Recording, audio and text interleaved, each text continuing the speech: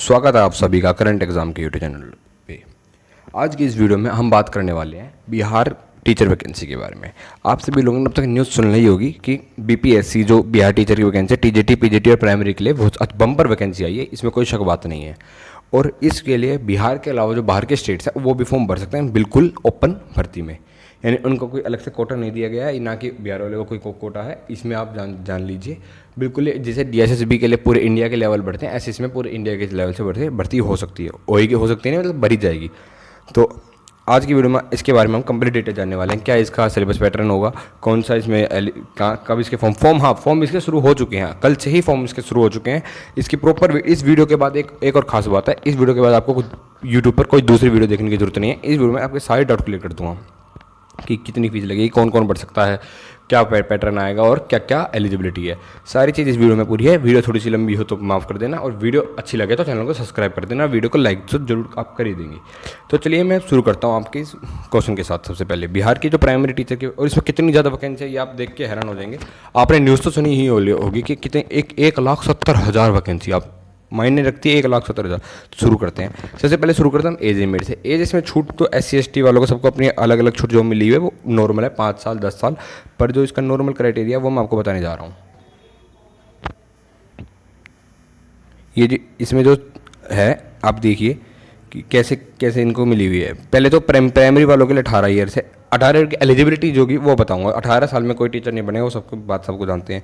TGT PGT के लिए 31 साल। और अगर मैक्सिमम एज जो हो सकती है, मिनिमम एज की बात है, मैक्सिमम एज है 37 मेल के लिए और 40 ईयर फीमेल के लिए। फीमेल को बढ़ा के देते हैं क्योंकि फीमेल के पास और भी अपने काम होते हैं। जैसे किसी की मैरिज होती है तो उसके 3-4 साल ऐसे ही मतलब यूज़ नहीं होते, बर्बाद होने तो क्या मैरिज बर्बाद तो नहीं कह सकते हैं, इसलिए तो इनको फीमेल को जैसे KVS में भी रिलैक्सेशन था, ऐसे फीमेल को 3 साल बढ़ा के दिए हैं। मैक्सिमम एज के 37 ईयर और फीमेल के 40 ईयर। मिनिमम एज आपकी 21 साल और 18 साल है। तो ये आप हमारा एलिजिबिलिटी पढ़ लिए। अब हम आगे की तरफ बढ़ते हैं। ये यहाँ इंपॉर्टेंट डेट्स के बारे में, बात करते हैं। यहाँ पे एप्लीकेशन कब से शुरू हुए हैं? 15 जून से। आज 16 तारीख है जहाँ आपको वीडियो मिलेगी, 15 तारीख से एक्स। और लास्ट डेट कब है? 12 जुलाई। इसके बीच में कभी भी फॉर्म भरना, अगर आपको फॉर्म नहीं भरा जाता, यानी फॉर्म भरने साइबर कैफे के पास नहीं जाना चाहते, आप खुद फॉर्म भरते हो और फॉर्म भरने में गलती ना हो जाए, इसके लिए तो आप कमेंट कर दीजिए। मैं आपके लिए एक ऐसी वीडियो लेके आऊँगा जो स्टेप टू स्टेप कैसे फॉर्म भरा जाता है वो आपको बता देंगे। उस वीडियो में आपको बिल्कुल घबराने की जरूरत नहीं। पर हाँ, वीडियो जल्दी ही आ जाएगी। उसके लिए आपको कुछ नहीं करना है, सब्सक्राइब करके कमेंट जरूर कर देना, क्योंकि कमेंट नहीं करोगे तो मुझे पता नहीं चलेगा कि वीडियो लानी है या नहीं लानी है। जो आपके लिए इंपॉर्टेंट रिस्क से पता चल गई। तो अब हम आगे बढ़ते हैं, एप्लीकेशन फ़ीस के बारे में बात करते हैं। एप्लीकेशन फ़ीस कैसी है? जो जनरल OBC और अदर स्टेट के जो मेल हैं उनके लिए कितनी फ़ीस है? उनके लिए है सारी 750 रुपये। कोई डिस्काउंट वगैरह कुछ नहीं। SC ST के वाले और फिजिकल हैंडीकैप्ड वालों के लिए 200 रुपये। फीमेल कैंडिडेट जो बिहार से हैं, बिहार से अदर वालों के लिए 750 होगी, वो आपकी बात है। फीमेल कैंडिडेट जो बिहार का डोमिसाइल होना चाहिए, देख ली यहाँ पे बिहार डोमिसाइल मैंने लिख भी रखा है। सारे डाउट आपके बाद कोई डेट नहीं रहेंगे, उनके 200 रुपये फीस सीधा क्लियर कट है, और इसमें कोई बड़ी बात है नहीं। और अब यहाँ पे क्या है, जो आपकी फीमेस वेटेज ऑनलाइन ऑफलाइन दोनों तरीके से अवेलेबल है। ऑनलाइन आप किसी भी debit card, net banking, UPI से कर सकते हैं। ऑफलाइन आपको चालान कटवाना पड़ता है, और मोस्टली सभी लोग ऑनलाइन ही भरते हैं फीस को। तो ऐसी कोई बड़ी बात है नहीं। 750, 200 और 200 के हिसाब से फीस भरी जा रही है। तो हम आगे बढ़ते हैं। अब ये है सबसे मेन काम, मैंने आपको बताया था कितनी वैकेंसी है। आपको वैसे मैं कैटेगरी वाइज वैकेंसी बता रहा हूँ, मतलब कि प्राइमरी में कितनी होती है। प्राइमरी में कितने? 79,943। ये is a huge amount vacancy. और टोटल वैकेंसी 1,70,461। कितनी ज़्यादा वैकेंसी, आप सोच सकते हैं, बहुत ज़्यादा वैकेंसी करती है ये कि प्राइमरी टीचर की। हाँ, इसमें घोटाला कितना चलेगा, वैकेंसी कब तक पूरी होगी, इसका भी अंदाज़ा मैं कुछ नहीं कह सकता हूँ, क्योंकि अगर ना हो फेयर वैकेंसी हो तो, अगर फेयर कैंडिडेट इतने लगते हैं तो कितनी बेरोजगारी। हाँ, इसकी सैलरी की बात करते हैं तो सैलरी इसमें दिल्ली, UP और हरियाणा से तो कम रहेगी, पर हाँ सैलरी इसमें मिल जाएगी आपको। एक अच्छा बेसिक पे मिल जाता है इसमें। HRA क्योंकि कम होता है, क्योंकि बिहार का कोई भी स्टेट ऐसा नहीं है जो Z कैटेगरी में आता हो, X कैटेगरी में आता हो, Y और Z में ही है। और यहाँ तक कि पटना में भी सैलरी इतनी नहीं मिलती जितनी दिल्ली में मिलती है। उसका बहुत पर, क्योंकि वहाँ के खर्चे के हिसाब से उनकी सैलरी बहुत अच्छी मिलेगी। अगर आप कहीं और उनको सैलरी को भेजना था तो आपके लिए दिक्कत, मतलब ऐसा है 5 से 7 हज़ार के बीच का डिफरेंस रहेगा। 5 से 7 आप कह सकते हैं 10,000 का डिफरेंस रहता है पूरे दिल्ली में 10,000 ज़्यादा मिलती है और बिहार में 10,000 कम मिलेगी। पर अगर बेरोजगारी से तो अच्छा है। अब एलिजिबिलिटी की बात करते हैं हम यहाँ पे। सबसे पहले हम आपको बात करने जा रहे हैं, बैचलर डिग्री होनी चाहिए आपके पास, कोई ज़रूरी नहीं है। अगर आपने 10th+2 कर रखी है तो ये रहा आपके लिए 10th+2 कर रखा है और 2 ईयर की डिप्लोमा मतलब आपने जीबीटी कर रखी है। बैचलर डिग्री किसी भी स्ट्रीम में चलेगी और डिप्लोमा भी आपका होना चाहिए। प्राइमरी के लिए तो एक ही डिप्लोमा होता है, कोई सब्जेक्ट उसमें मैटर नहीं करती। और 10th+2 में आपके पास अगर 45 मार्क्स हैं और डिप्लोमा कर रखा है तो भी चल जाएगा, 50+ मार्क्स है तो भी चल जाएगा। और 10th+2 में के साथ आपने अपने 4 साल का जो BEd कोर्स होता है जिसमें BA और JBT यानी कि 3 साल की BA और 2 साल की JBT करते हैं, और 3+2 का जो कोर्स होता है वो अगर वो करेगा तो भी वैलिड हो, मास्टर डिग्री करके तो भी वैलिड है। और हाँ, एक ये मैंडेटरी है, CTET का पेपर 1 या फिर BTET का जो बिहार का अपना टेट होता है वो, उनमें से कोई भी एक चीज़ अपनी क्वालिफाई कर रखी है। CTET भी वैलिड है, BTET भी वैलिड है। सबसे आपने बात सुनी है ना, CTET और BTET दोनों ही वैलिड हैं। किसमें? ये ऑफिशियल नोटिफिकेशन से उठाई गई खबर है, इसमें एक भी चीज़ गलत नहीं है, आप जाके चेक कर सकते हैं। और कोई गलत है तो हो सकता है टाइपिंग एरर हो गया हो, पर मैंने जहाँ तक कोशिश करी है बिल्कुल जो। और आखिरी में एग्जाम पैटर्न बिल्कुल मैं आपको उसी का ही स्क्रीनशॉट दिखाने वाला हूँ जो उसमें दिखाया गया है। तो हम आगे बढ़ते हैं इसी के बाद में। यह है TGT के लिए। TGT के लिए कितनी वैकेंसी है? 32,916। This is also a very huge amount. हुई वैकेंसी कितनी ज़्यादा है? इसमें चाहिए आपको बैचलर डिग्री इसमें 12+ वाले नहीं अलाउड है। बैचलर डिग्री बिल्कुल ही मैंडेटरी है, क्योंकि बैचलर डिग्री चाहिए। मास्टर डिग्री की जिस सब्जेक्ट में करे, मैथ में करे तो मैथ में, हिंदी में करे तो हिंदी। हाँ, इसमें सब्जेक्ट वाइज वैकेंसी भी ही और नोटिफिकेशन में दे रखी है। मैं आपको नोटिफिकेशन दिखा दूंगा, पर वीडियो लंबी ना हो इसलिए मैंने उसको इस PPT में नहीं डाला है। सो जैसे उर्दू में कितनी है, हिंदी में कितनी है, इंग्लिश की कितनी वैकेंसी, ऐसे इसमें सब्जेक्ट वाइज वैकेंसी भी दे रखे हैं। हम नोटिफिकेशन जाकर चेक कर सकते हैं। बैचलर डिग्री हो सकती है 4 साल का, आपने BEd करके तो भी इसमें वैलिड है। इसमें एस टेट का पेपर 1 वैलिड है। इसमें CTET का पेपर 2 पता नहीं कि लिख रखा था, नहीं लिख रखा था, मतलब सॉरी, इसमें बुक में उन्होंने नोटिफिकेशन में लिख रखा था, पर CTET इसमें वैलिड माना जाएगा, क्योंकि जब पेपर 1 में वैलिड है तो पेपर 2 में भी वैलिड माना जाएगा। अब हम आगे बढ़ते हैं अपनी नई वैकेंसी की तरफ। ये है PGT के लिए। PGT के लिए क्या हिसाब है इनका? PGT के लिए कितनी वैकेंसी? 57। मैं नहीं मानता हूँ कि इससे ज़्यादा वैकेंसी कभी PGT में किसी भी पोस्ट में आई होगी, चाहे आप वो KVS के निकाल लीजिए या कोई दूसरी स्टेट गवर्नमेंट निकाल लीजिए या DSSB निकाल लीजिए। इससे ज़्यादा वैकेंसी मेरे हिसाब से तो नहीं PGT में कभी आई होगी। 11th-12th के लिए होती है। इसमें मास्टर डिग्री मैंडेटरी होती है। मास्टर डिग्री उस सब्जेक्ट में 50% से ज़्यादा आपकी होनी चाहिए। मास्टर डिग्री उस सब्जेक्ट में होनी चाहिए। अगर आपने 4 डिग्री का जो BSED हो एक कोर्स होता है, जिसने करा होगा वो पता होगा, ये जो मैं यहाँ पे लिख रखा है, अगर वो कर रखा तो भी ये वैलिड है। मास्टर डिग्री आपकी और BEd होनी चाहिए। मास्टर डिग्री के साथ BEd, ये आखिरी में दे रखा है, मास्टर डिग्री के साथ BEd।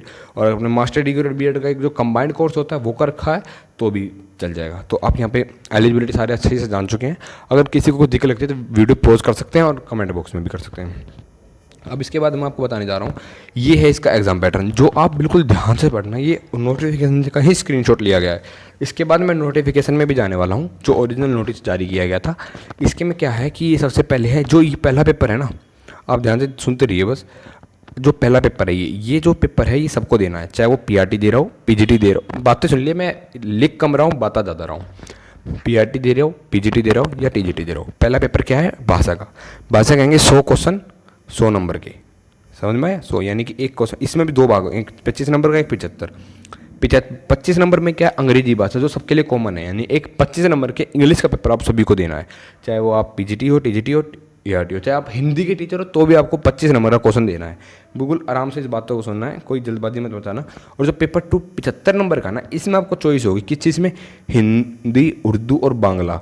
इन तीनों भाषा में किसी भी आपको एक का चुनाव करना होगा, मतलब फॉर्म भरते समय आपसे मांग लिया जाएगा या फिर वहाँ पे मांग लिया जाएगा।